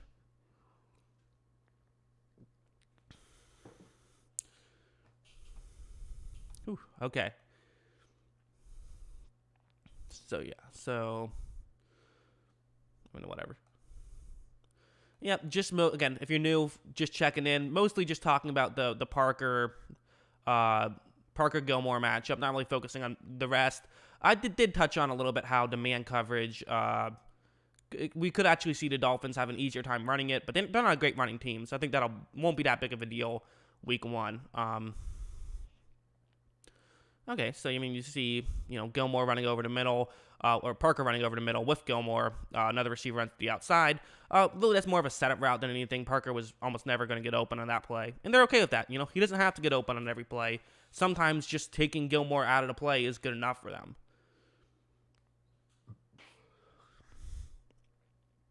Let's see, they're on the top of the screen. It's a running play. Who cares? Move on. Let's see, we are in. So let's check the score now. It's 17-17. A minute and 44 seconds left. So, getting down to it. Definitely getting down to it. There they are, one-on-one matchup. I don't know what happened here. There's some sort of cross-up. Somehow this resulted in nearly you can almost argue that's a pick play, but it didn't look intentional. They kind of he just ran straight into Gilmore. Did not look intentional whatsoever. And I actually think that he was, Fitzpatrick was throwing it to the other Miami player, not Gilmore. And just broken play altogether. And that's kind of the thing about football. Sometimes just weird stuff happens. Like, we can try to make it all seem like, there's schemes and there's, this precise way it's supposed to go. And then sometimes just weird stuff happens. And that's just going to happen in football. So, yeah. Okay, so Parker and Gilmore, they're in motion. You're going to see Parker.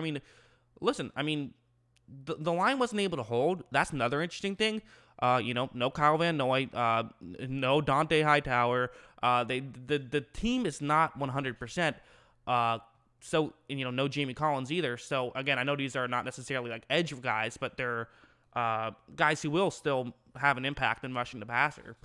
So you could see something like this happen. But so maybe the Dolphins' offense, and obviously Miami's offensive line is improved. So my point is that the reason why I'm talking about that is because you see how Parker, he's just running a deep route, and his speed is better than Gilmore's speed. He is faster than Gilmore. I don't think that's really even controversial whatsoever. If they were to run a 40-yard dash, Parker is going to win.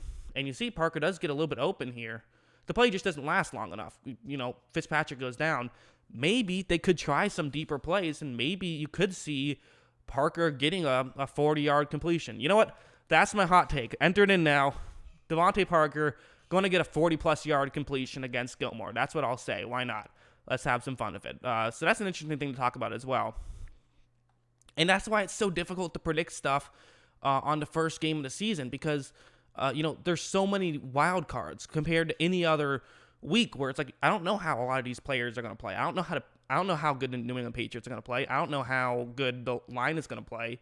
So even though I think that, I do give a slight edge to Parker over Gilmore, I don't think it's a massive edge. And I do think that if the line doesn't hold very well, then yeah, I think that Parker probably won't have a great game. So like it's such a wild card because there's so many things that even if it's not about those two, you still just don't know what's going to happen. But that's kind of what makes it fun too.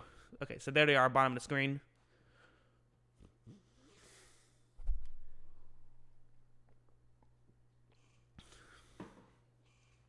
You gotta love it. Some receivers and corners, they're battling every game in the running game. They're just like, hey, that's not where we make our money. I'm going to step inside. Look at Gilmore. He doesn't even try. He's just like, yeah, whatever. That's not where they make their money. That's fine. Uh, it's kind of fun. Let's see. So this is late in the. So I believe this is the okay. So we have it's 17-17 still. 11:30 left in the game. That's the situation. Gilmore on Parker right over there. Now they're on the outside because of the shift, and nothing much there. It was just a quick pass to the other side of the field. Not going to get too much knowledge there. There it is, sideline again. They want Gilmore to be they want Parker to potentially be able to get these big routes. Okay, look at this. So look at how I believe this is zone, which is why you see Parker bail out so much. Yeah, this is zone. But that's just a bad idea. I mean, Parker was wide open. You even see him kind of get annoyed, like, dude, I was open. Maybe he doesn't. He just moves his hands. I feel like Parker just moves his hands a lot, and so I keep thinking that he's agreeing with me when he's just like moving his hands. But I do think he was definitely open. I mean, you see that there's a couple. I mean, again, it's hard to blame Fitzpatrick. This is like the first time they ran this coverage all game, so we can't get on him too much. But I do think that this is something that, in hindsight, this is one of those things where it's like, it's easy to sit here and say, oh, Parker was open. But when it's the first time they ran that coverage all game, like, you can't really blame the quarterback too much. You just can't. So, like, it'd be one thing if they were doing that all game. So this is a crazy one. I remember this one as well. So this is man coverage. See how far off Gilmore is from Parker?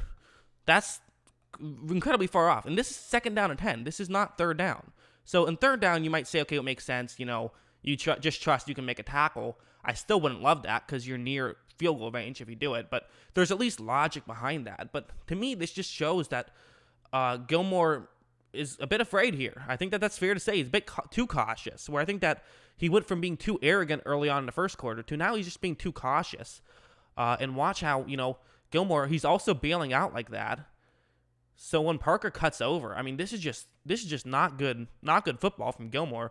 Parker's wide open for a 1st down and gets in field goal range. I mean, that's just not good football.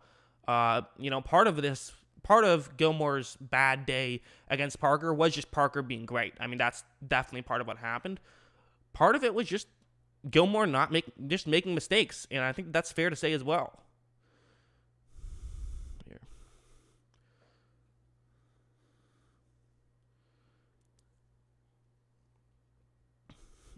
Snoop Frog in the chat says sound ? I'm not sure what you're referring to. I believe I don't have any sound on the game footage if that's what you're asking for. The only sound would be my voice. So I'm assuming you can hear me because other people can hear me. But if not, definitely let me know. I want to know what's going. Want to make sure everyone can hear. Okay. But yeah. So well, we had a trick play. Again, few trick plays in this game, I think it's kind of fun that, like, the trick plays, they're not really why the Dolphins won anyway, but, it's still fun. Miami was the team that did that fake field goal, right, where they had, like, their kicker throw to their holder, right, or something like that. It's fun, just fun to just do some wild stuff sometimes, something that you can't really prepare for. I feel like they're kind of wasting Parker on this route, just having him run quickly to the outside. This is kind of a setup route, though, too, where you want Gilmore to be afraid of basically the fact that you could be running any route. So even if you run a non-threatening route, it could just be to set up something better later in the game. I mean, there is some logic behind that. That was a 2nd down, so maybe you had a good route for him to run on 3rd down if it got there. So that might be part of it. There was a penalty, so they get the automatic 1st down. So,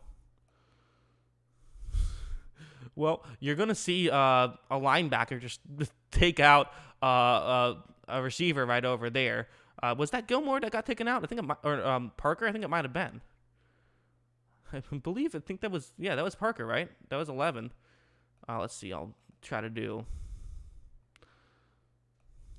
Because I don't think Gilmore was on him on that one. Yeah, he wasn't. He just... Well, that's one way to take Parker out of the game. Just sort of take him out. That's a way to do it. Hey, I mean, listen, it's not if you get there before before 1 yard, which I'm not sure if he did, but if he did, then it's not a penalty. So take the best player out of the play somehow. Another play where Gilmore's just too far off here. I mean, look at this. Look at how far off he is. Where Parker's going to run over the middle, and he's just going to get wide open. And in fact, I mean, if you have that receiver run towards the outside, that could be, you could result in a, if he runs closer in a way that gets more in the way of Gilmore, this could be a route that gets him wide open. Either way, I mean, he could have caught it and picked up 7-8 yards on that play. Just a mistake. And again, this is second down. This isn't third down. I don't know why Gilmore is playing so cautious on these second downs. And he was lucky that time the ball didn't get thrown in Parker's direction. This one is, but it's going to be incomplete. Let's see what happens. So, okay, well, kind of a scramble drill type play. So Gilmore, you're going to see him. Is this? Let's see. I think this is. No, Gilmore just gives up. Yeah, Gilmore is going to pass off Parker to his safety, and it's a safety that actually does a pretty good job of closing this play out. He just stays with Parker from here on out. Parker, it's tough because you see that Fitzpatrick is running towards the bottom of the screen, so you want to keep running in that direction to try and, see if you can get open. But it's hard to get open at this point when, there's a player right on you because you can't really make a cut at that point. So it's just tough. Just tough to make a cut in that area. So, again, not really Gilmore doing too much. Really just a good play by, I believe that's Harrison. So, or Harmon, excuse me, Deron Harmon. So, yeah. So that's a field goal. The New England Patriots would score a touchdown. And now let's get to the final drive. And then I'll get on to, and then we'll be done with this sort of topic. So let's see. So where is Gilmore? Right there. Gilmore on Parker.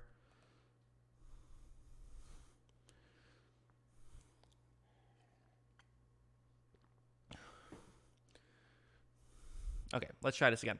Again, I'm very much not used to basically having to get you guys to take a break while I get a sip of water. Very much not used to it. So here, this is pretty much immediate pressure.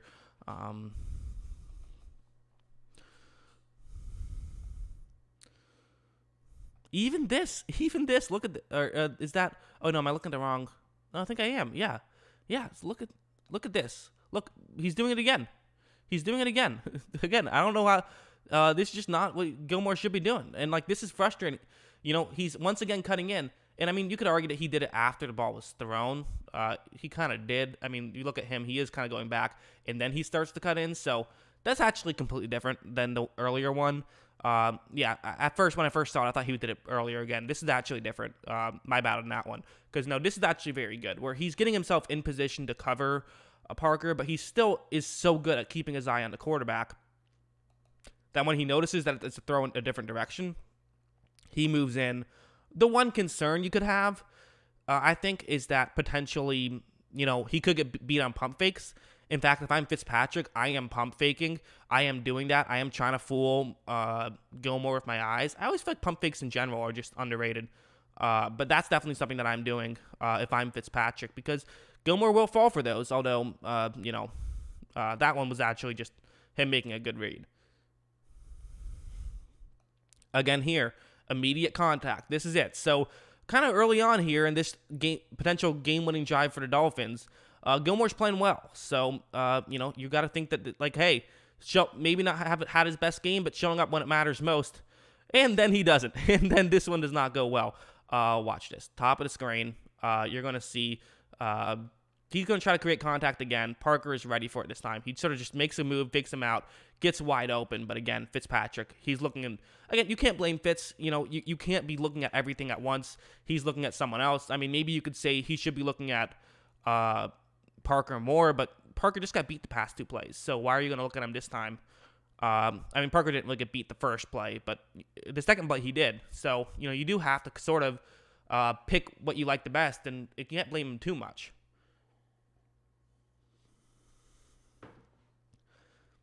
Again here, could be argued Parker got a little bit of separation. Again, avoids the contact. There's a bit. I mean, this takes a perfect throw, and honestly, it's the wrong decision to throw it because there is a safety in the area who could run over and undercut that throw. So, little open, but that's definitely a win for New England.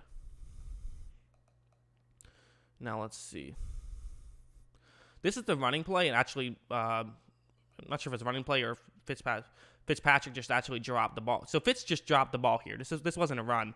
But again, look at how far off Gilmore's playing right here, which is, this is the first down and 10. And we've seen Parker can have success.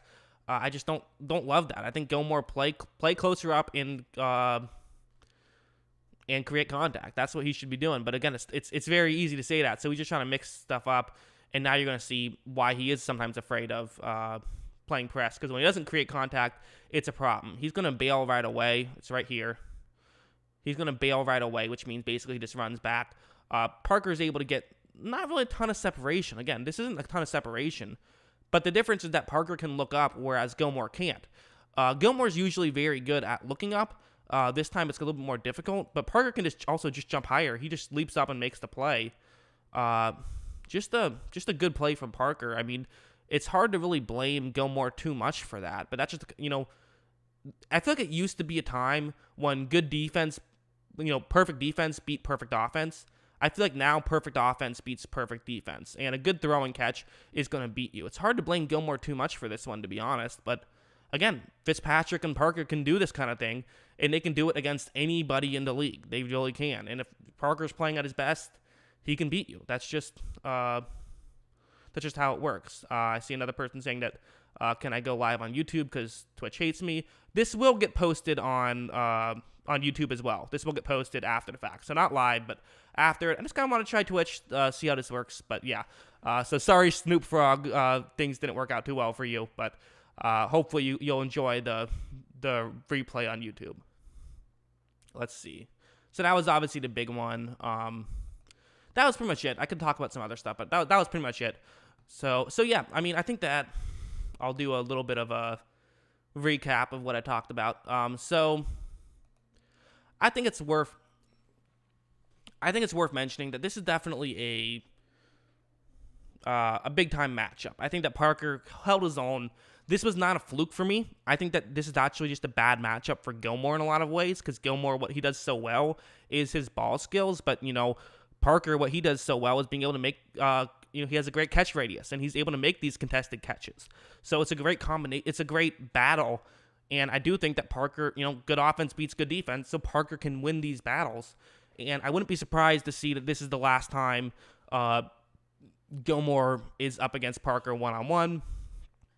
I still think smart money, it has to be on New England, right? I just think that just makes sense to me. I think smart money has to be on New England. The reason why I feel this way is because, they're New England. I do think that, their run defense is not going to be as good, but I just feel like I just don't trust Miami's ability to run the ball. And I think the only way they can beat New England is if they throw the ball and are able to have another Week 17 game. That's just the way I think that they're going to have to play it that way. That's just what I think. So what was the third thing I'm trying to remember. So that's right. I'm going to talk some Cardinals 49ers. I made a controversial take that I think the Cardinals are going to beat the 49ers. In fairness, I did this under the assumption that Deebo Samuel and Ayuk were both going to be out. It seems like both of them might end up playing. It's kind of up in the air still. So if they're both out, I feel very confident Arizona could actually win this. Not very confident, but I do feel like Arizona would be the favorites. I'll try to explain why. We don't have a ton of time left, about 32 minutes, but that should be enough time for me to give my opinions on most of this here. Let me just blow my nose again real quick, and then we will get into that. In here.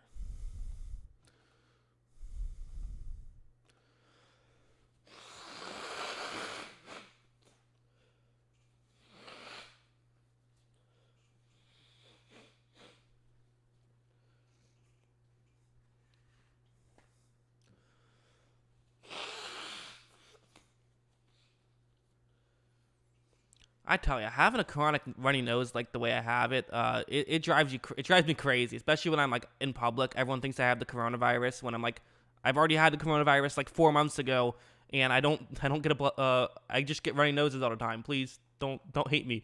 Okay, so I want to talk about, so let's just go Kyler Murray. I always feel like this is the easier way to just look at stats and then look at a game log to figure out what weeks the guys played. I don't know why. I just feel like that's an easier way to do it than trying to do schedule, because then sometimes it's wrong, like all this craziness you have to worry about. With this, it's pretty easy. So let's see. As I say that, I can't find it. Let's try to do the last time they played as opposed to the first. Yeah, let's do that. So let's do. This is week 11. Because one thing worth mentioning is that both of these games were very close last year, and Arizona is a better team. I think that the 49ers are about the same team, but they're definitely not when you take on account of how much injuries they have had. So let's see.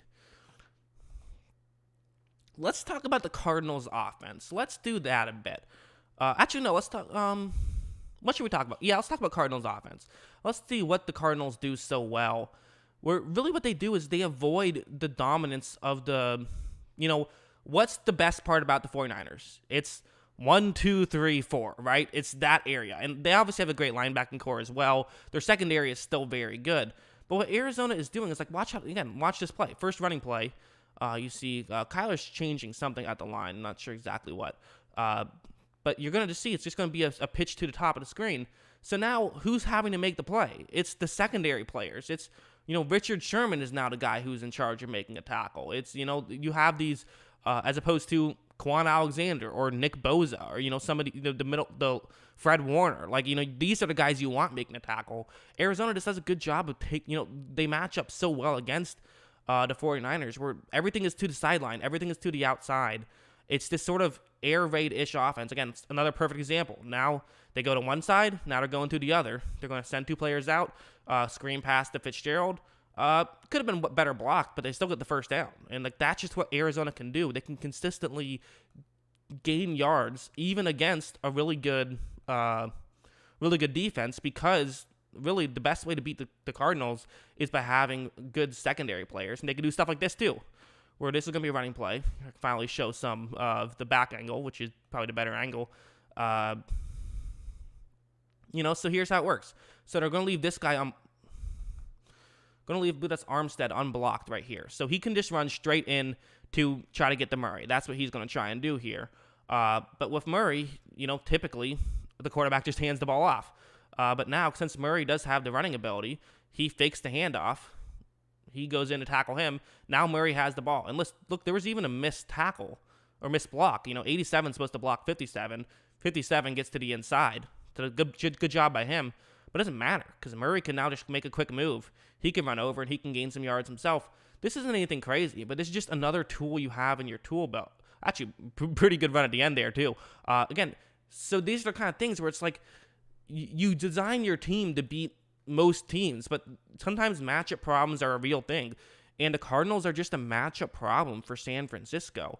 I don't think the Cardinals are a great team. I didn't even have them as a playoff team. I think they're good. I think they're good.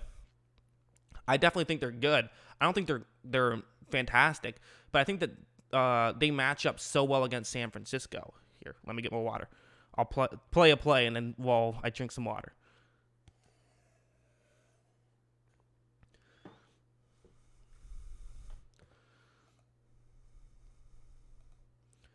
Okay, so this is another little screen pass to the outside.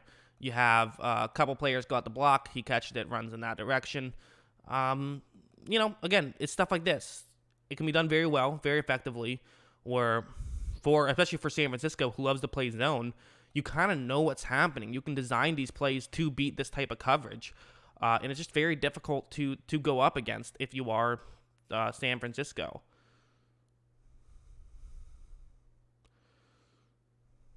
Okay, well, there you go. I mean, this is a well-done play where the idea for Arizona, so this is how San Francisco is able to, get something back, where the idea was that those two players are supposed to get out and block. He's supposed to gain a little bit of separation this way, in which case then offensive lineman can run out, block him. The receiver runs out, tries to gain some yards. Also, to sort of help sell it, is they fake as though it's a pitch, but then Murray runs over. I believe this was Murray. He's under pressure, so he has to throw it now. He sees there isn't anything open, so he just throws it well over the stands. Just good play by Murray, too. Again, so crazy how he can do that at such a young age, isn't it? I mean, the fact that he just reads these things so quickly and is able to make a play, definitely good job by him. Let's see.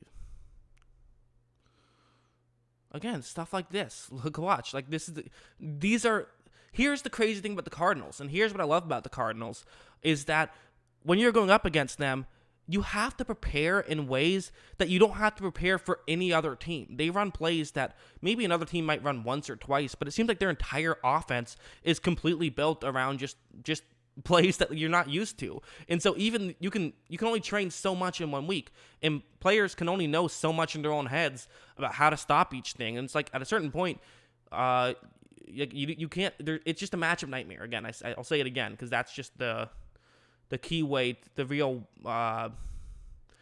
thing is just it's a matchup nightmare. Let's see. So it's gonna be.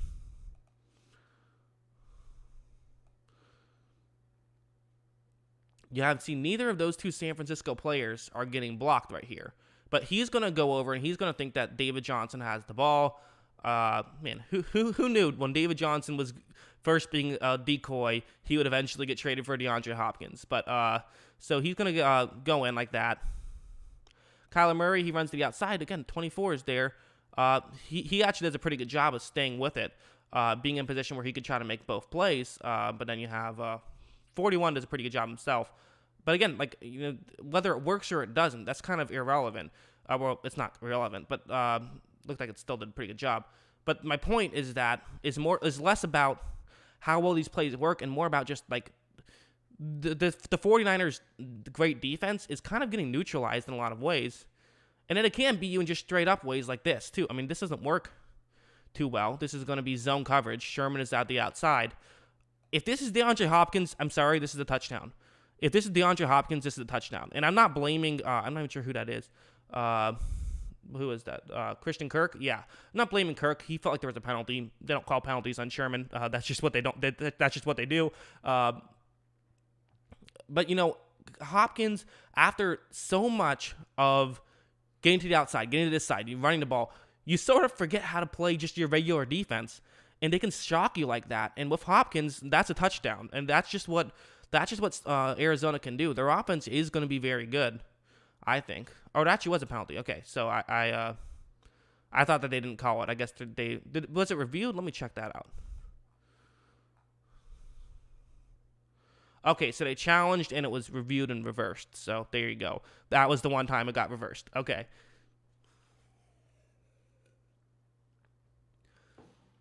Now, the red zone, you could argue, was the one time that one area Arizona struggled on offense, and I think that, in fact, it'd be probably hard to argue the contrary.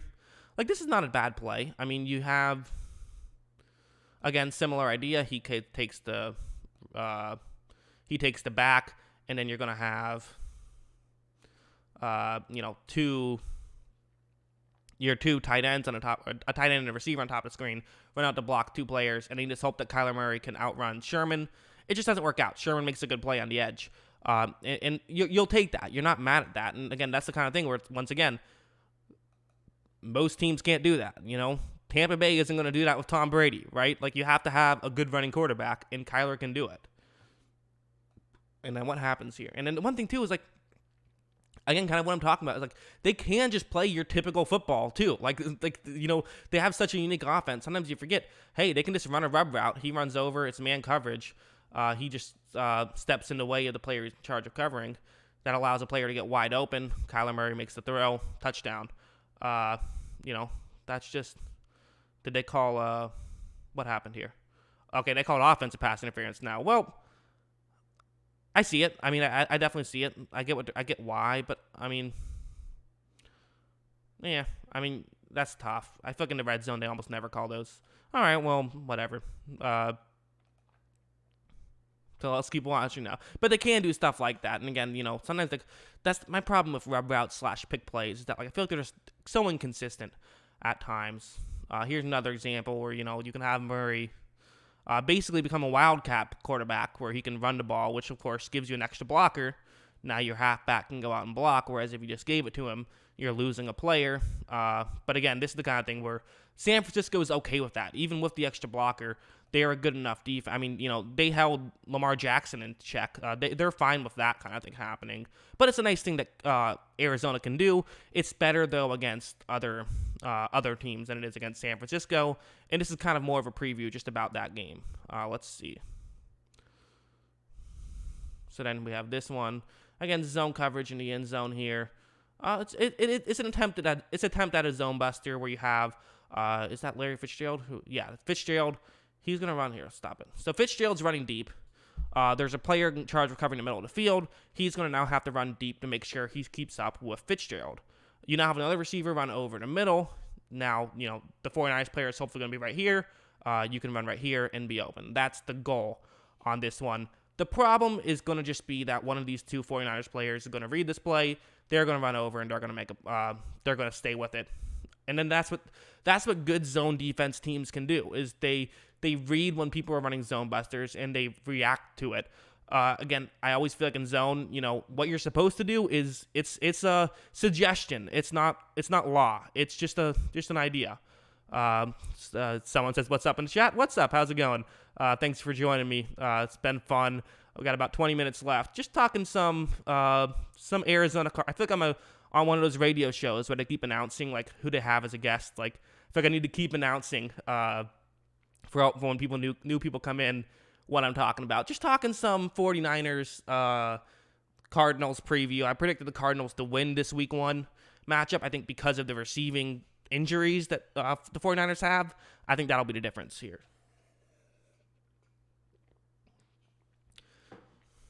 Let's talk about.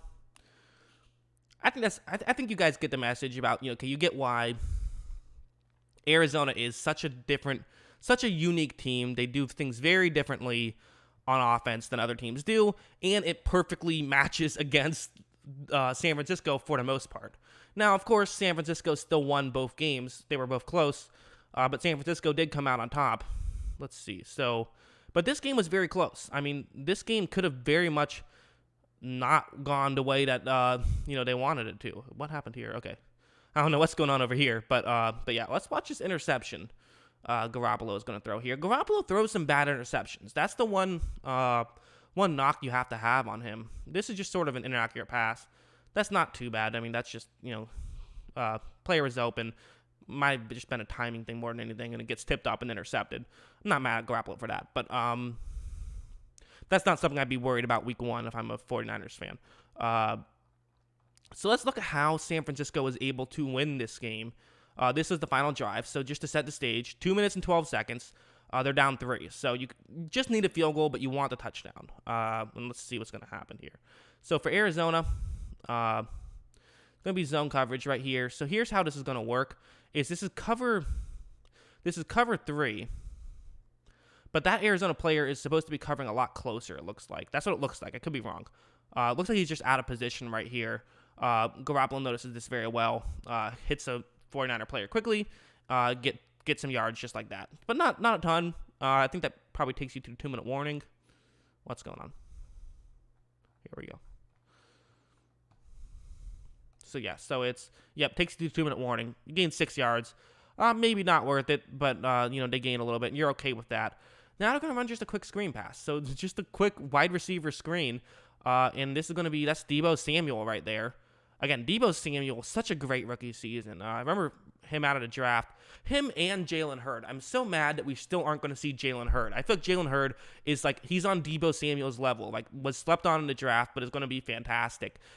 He was great in preseason and then gets injured and then gets injured again. Very frustrating. But yeah, just a good play by Samuel there.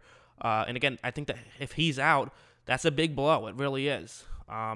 He's their number 1 receiver, I think. I mean, I don't even know who else you'd argue. So, okay, so this is, looks like this is, I believe this is this is basically just, so, Cardinals have Chandler Jones, right? Chandler Jones, he's on the edge.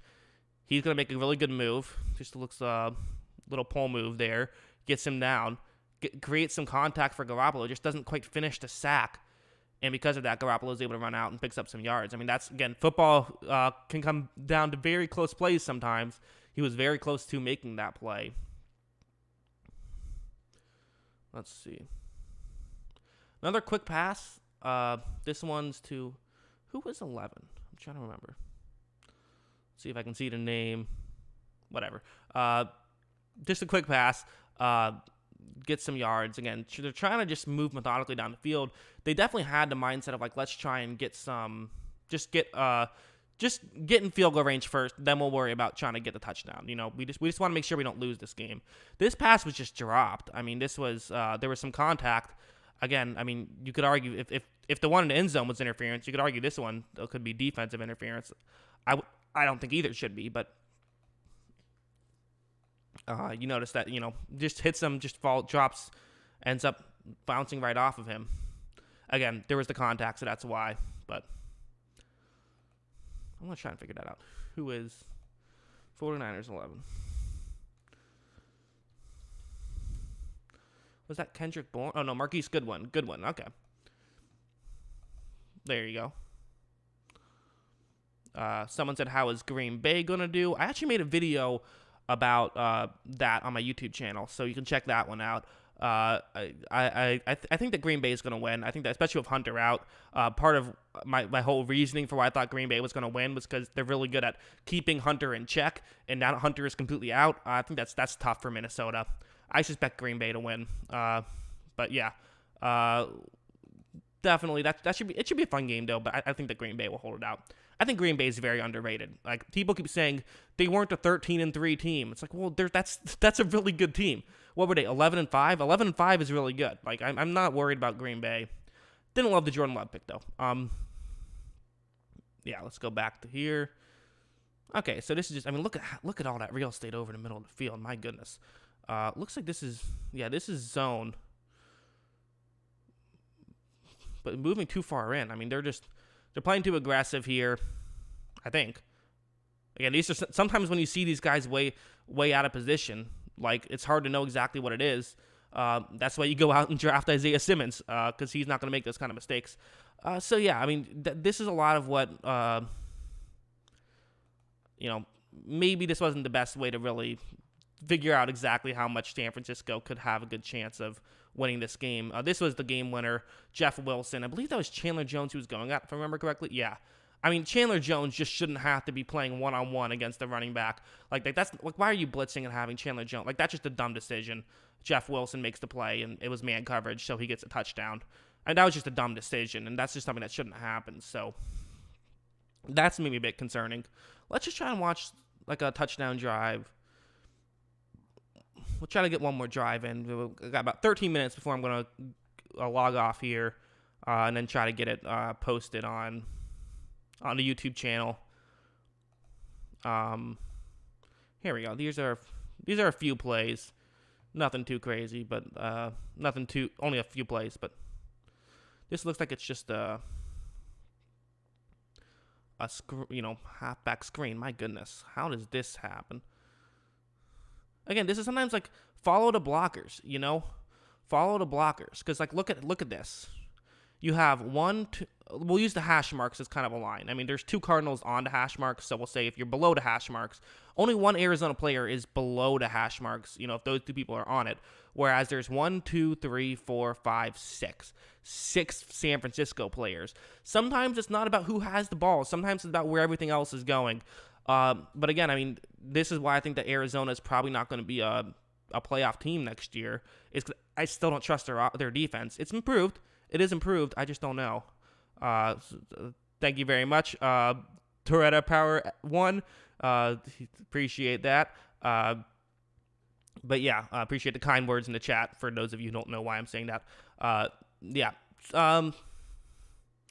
Yeah. So yeah, I think that's a pretty good example of what can go wrong. I do think that the Cardinals defense will be better. I just don't know how much better. That's the question. And then we'll see. I mean, again, this is another good example. It's sort of a zone coverage, zone buster type play. He thinks he has to move towards the outside because of the way that 17 moved to the outside. He steps a little bit over, and then another player runs in, and also again that Cardinal way too far over. It's just a lot of they just didn't look. We talk about, I showed that play of San Francisco. Even go back to, if you were watching the beginning of the stream, the Saints, how good they were early on and how they could just sort of, they would always know what each other was doing. Arizona didn't have that, and Arizona just they were not on the same page in a lot of ways, and I think that's a problem. It's certainly a problem, and so I think this could be a high-scoring game. Bet the over on this one for sure. Ooh, I mean, again, this is a touchdown that just gets missed throw by Garoppolo. You know, I mean, back's open. Garoppolo just misses the throw. And then let's see. Third down. And here we go. Oh, I thought I was looking at the wrong player. Okay, so yeah, there you go. Again, just a good play, another good example where it's like you need help. If you're playing zone in the end zone, you have to move over and watch how it's his fault. I don't know who that is. I can't see the number from back here. But look at this. So you're going to have these two players. He's going to run like that. So sort of in the end zone, but shallow in the end zone. He's going to run deep in the end zone. That's what you're doing here. Because there's only one Cardinal player whose quote-unquote job it is to be in this area. So what do? You have to have someone else has to read it and has to get over there. That's why you run this play if you're San Francisco. But Arizona just didn't do this. And they're going to have to be able to do that tomorrow if they're going to win the game. That's just how it's going to have to work. So, yeah, I mean, I still think Arizona, I think that they have a really good shot at this one. I think it's going to be a close game. I think that there's just the injuries for San Francisco. It's going to be tough. It's just going to be tough, and I don't know how much confidence I really have in San Francisco without some receivers if they are hurt. Let's check. We'll go on to 49ers Reddit, see if they have any updates. Because I haven't heard anything. I think as of yesterday at least, it seemed like they weren't looking good. Okay, also, the fact the 49ers didn't call a wideout up from the practice squad suggests they're confident in both Ayuk and their tight end's ability to contribute against Arizona. But let's see. Deebo Samuel is on IR. That's tough. That's just tough. That's just, you don't want to see that. And let's see. What about Brandon Ayuk? That's the other question. Because I'm really excited to see Brandon Ayuk, but I just don't know. Let's just search him. There we go. I'm glad the autofill came in and helped me out on that one. Deebo Samuel without. Ayuk is questionable. Questionable usually means they play. But he might not be 100%. So that's the question. It's concerning. It's definitely concerning. But I think it should be a fun game, I think, regardless. So my pick for the favorite would be Arizona. I guess we have about 8 minutes left. I could talk about the Dalvin Cook and Alvin Kamara signing. Let's get the actual details on that. So let me go back here. Let's see what Alvin Kamara signing, Alvin Kamara contract. Let's see if we can use is Sport Track, is this the one? Yeah, let's see if they have it up, all the details up yet or not. Doesn't look like it, no. We're still waiting on details. But 5 years, $75 million. So that's $15 million a year. Again, that's a lot of money, and I don't know if that's totally worth it, especially if you consider how he didn't look great at the end of last season when he was injured. And maybe he's going to be 100%, but I don't know. I just don't love it. I've never been a big fan of paying running backs big money, especially not for 5 years. I mean, that's not counting this year, right? Because so I don't know, man. That's tough. It's after Todd Gurley, I thought that teams weren't going to be doing this. Apparently not. I mean, you look at his first season, he obviously had the insane 6.1 yards per carry on 120 attempts, which is still pretty significant amount of attempts. He's come back down to earth, but still been very good, 4.6 and 4.7 yards per carry. So again, you can say it's the good offensive line all you want. That's still impressive regardless. But if you look at the numbers, he had a few games where he still had a game, against Tennessee. He was 7.27. Total yards have never been credible by him. But, he had games he had a game where he had under 2. I guess it wasn't as bad now that I look at it. Maybe it wasn't the numbers were bad, but I felt like watching on tape, he just didn't look as explosive. His bulk stats have never been huge. I just feel like he's not important enough to that team to warrant the contract. That's just my opinion. I understand that, like, you want to keep your star players, but you're already in cap hell.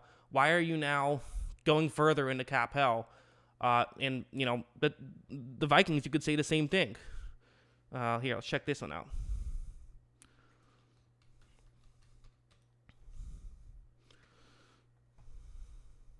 Yeah, so 5 years, $63 million deal. So a little bit less. I should have checked the guarantee. So this is only $28 million guarantee. And now here's the one thing I do have to say is, like, if there's like an out after like 2 years where you can basically just completely get out of it, then like it doesn't really matter, because then it's like, or maybe you give him some money but not a ton. Like, I'm totally fine with paying. Like, I'm fine with paying Alvin Kamara $15 million a year. It's the 5 years part that concerns me. But of course, let's actually go back and let's see what the guarantees are, if we can find them. Let's try Ian Rappaport. Let's go on Twitter.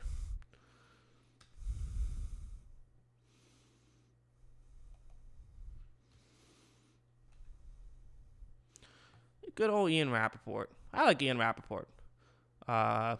Some concerning news going on the right side of the screen, but we won't get into that too much. Let's just see what the deals were. Dalvin Cook, 5 years, $63 million, $28 million guaranteed. We knew that one. And then, also Cooper Kupp. I can talk about that one too. A lot of signings, a lot of stuff going on. So let's see. Well, Cooper Kupp, 3 years, $48 million. I'm fine with that. That's fine. That seems reasonable. Kamara's, okay, so but how much is guaranteed? That's what I'm trying to figure out. I don't see the guarantees for Kamara. So, again, I'm not sure how good of a stream this is. Me just looking around Twitter trying to find out, well, also, you can follow me at Jackson Kruger Sports. Or is it Jackson Kruger? Wait. What's my Jackson Kruger? I'm at Jackson Kruger. So follow me at Jackson Kruger if you want to find me on Twitter. But, yeah, I think that I think my overall stance is I don't love this signing. Again, the guarantees do matter to me. They do. They matter a good amount. I think that I also don't love